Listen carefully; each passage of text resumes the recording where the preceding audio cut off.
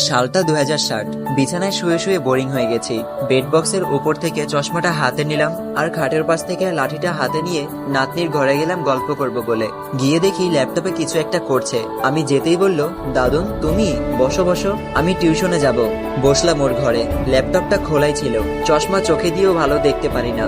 হঠাৎ মনে পড়লো আজ কত যুগ ধরে ফেসবুকে যাই না, অথচ যে ছেলেটা না এখনকার বুড়োটা একসময় দিন রাত ফেসবুকে চ্যাটিং ছবি আপলোড দেওয়া নিয়ে ব্যস্ত থাকতো, অনেক কষ্টে পাসওয়ার্ডটা মনে করলাম। আইডিটা লগ ইন করে দেখি ইনবক্সে ৮৬৭৮টা মেসেজ। আইডিটা চেনেই যাচ্ছে না, সব অপরিচিত লাগছে। ফ্রেন্ড সংখ্যা ছিল ৪৭৮৮ জন, কিন্তু এখন চ্যাট লিস্টে আছে ২৮ জন। বৃদ্ধ হয়ে যাওয়ায় হয়তো ওরাও আর ফেসবুক চালায় না। ইনবক্সে ঢুকতেই আমার ক্লোজ কয়েকটা ফ্রেন্ডের মেসেজ, বন্ধু শরীরটা ভালো নেই, বেশি দিন হয়তো বাঁচবো না। মেসেজটা ছিল ৫ বছর আগে। খবর পেয়েছি ৪ বছর আগে এসে মারা গেছে। আমার বেস্টিও ৯ বছর আগে মারা গেছে। ওর সাথে চ্যাটিং গুলো পড়ে খুব ভালো লাগছিল। গ্রুপে ফ্রেন্ডদের সাথে কত মজা আড্ডা এসবই পড়ে আছে। ওদের অধিকাংশই মারা গেছে। এরপর চ্যাট লিস্টের একদম শেষে পেলাম তার মেসেজ। হ্যাঁ, আমার সেই পুরনো একতরফা ভালোবাসা। ওর কোনো খবরই জানি না। কত ভালোবাসতাম দুজন দুজনকে, কিন্তু ভাগ্যের পরিহাসে বিয়েটা হয়নি। আজ অনেকদিন পর তার কথা মনে পড়েছে। তার আইডিটাই ঢুকলাম, লাস্ট পোস্ট ছিল ১৬ বছর আগে। তার নাতনির সাথে ছবি। আরো একটু নিচে যেতে দেখলাম তার ফ্যামিলির ছবি।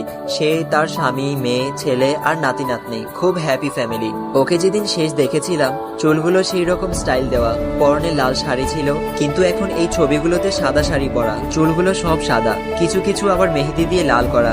হঠাৎ মোবাইলের স্ক্রিনে নিজের ছবিটা দেখলাম। আমিও তো বুড়ো হয়ে গেছি। ও দেখলে নিশ্চয়ই বলতো বুড়ো দাদু। আচ্ছা, ও কি আজও বেঁচে আছে জানি না। ওর আইডিটায় শেয়ার করা একটা পোস্ট দেখলাম। একজন ওর আইডির স্ক্রিনশট দিয়ে লিখেছে, এই দাদি গতকাল আনুমানিক বিকেল ৫টায় হৃদক্রিয়া বন্ধ হয়ে মারা গেছেন। উনি যেন স্বর্গ লাভ করেন এই আমার প্রার্থনা। পোস্ট পড়েই থমকে গেলাম। ৫ বছর আগের পোস্ট। ও মারা গেছে তাহলে। হায় রে, কোথায় সেই একসাথে বাঁচবো বলে কথা দেওয়া দিনগুলো। অজান্তেই চোখের কোণে পানি এলো। এরপর পরিচিত ফ্রেন্ডদের আইডিটা দেখছিলাম। ওদের আইডিটা এখনো প্রাণবন্ত, কিন্তু ওরা প্রাণবন্ত না। অনেকেই দুনিয়ার মায়া ত্যাগ করেছে। যে ফ্রেন্ডটা রোজ নতুন নতুন সেলফি আপলোড দিত, ও ২০ বছর আগে ক্যান্সারে মারা গেছে। খবর শুনে দেখতে গেছিলাম।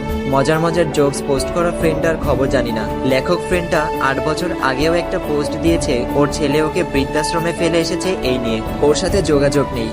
এরপর আমার আইডিটায় গেলাম। এত ট্যাগের ভিড়ে নিজের শেষ পোস্টটা পাচ্ছিলাম না। এই তো অনেক কষ্টে খুঁজে পেয়েছি। ৩৩ বছর আগে আমার স্ত্রী আর মেয়েকে নিয়ে ঘুরতে গেছিলাম, সেখানকার কয়েকটা পিক।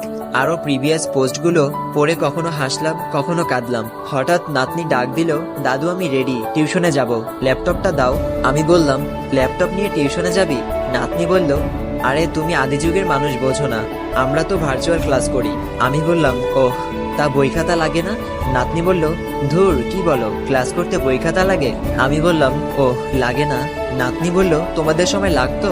আমি বললাম, হ্যাঁ লাগতো তো, তবে তখন আমরা বইয়ে পড়তাম দেশে ভার্চুয়াল ক্লাস হবে। নাতনি বলল, হা হা হা, টিউশনে খাতা কলম লাগতো, দারুণ ফানি। আচ্ছা আমি যাই, টিউশন শেষে তোমাদের কালের গল্প শুনবো।